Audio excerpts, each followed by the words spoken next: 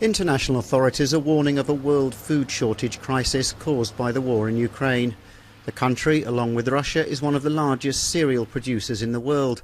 But Moscow's blockade of Black Sea ports means exports are stuck in port.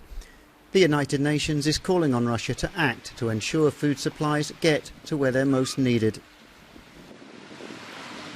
There is no effective solution to the food crisis without reintegrating Ukraine's food production, as well as the food and fertilizer produced by Russia and Belarus, into world markets despite the war.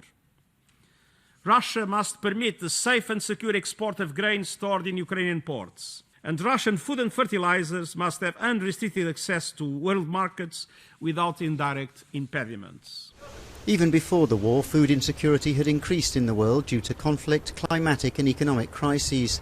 The World Bank has announced $12 billion in aid over the next 15 months, the majority of which will go to countries in Africa, the Middle East and Eastern Europe.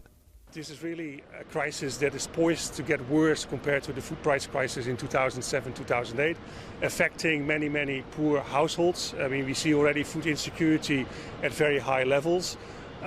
This support, will be used to protect poor households by scaling up social safety nets. It will help farmers, to get ready for the next planting season, and it will also be used to make sure that export restrictions are avoided and that food markets and food trade stay open to avoid price increases. The United States has also underlined its commitment to fight against famine and malnutrition. The UN says in just 2 years, the number of people suffering from severe food insecurity has doubled from 135 million before the COVID-19 pandemic to 276 million.